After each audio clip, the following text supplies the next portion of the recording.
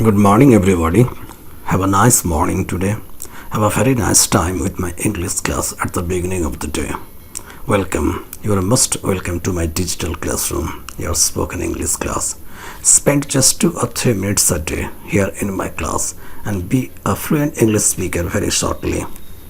Today I'll read 2 beautiful stories with 2 beautiful lessons for all of us. Try to follow me, yes, with all your attention. Now the stories, but you have to wait a bit till the end to know the names and the morals. Let's start. The first story.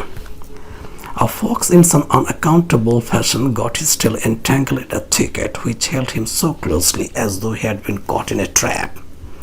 In no time at all, myriads of mosquitoes, seeing his flight, settled down upon him to enjoy a good meal undisturbed by his brush.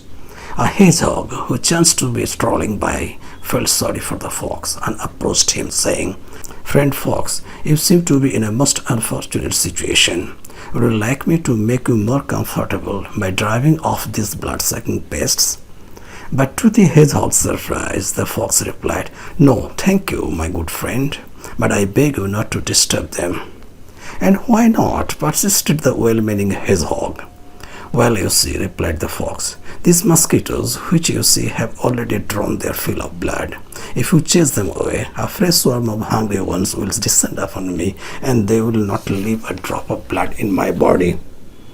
The name of the story: The Fox and the Hedgehog. And the moral: a needy thief steals more than the one who enjoys plenty.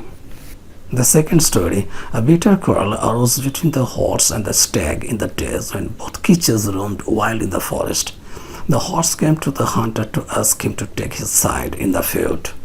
The hunter agreed, but added, "If I am to help you punish the stag, you must let me place this iron bit in your mouth and this saddle upon your back."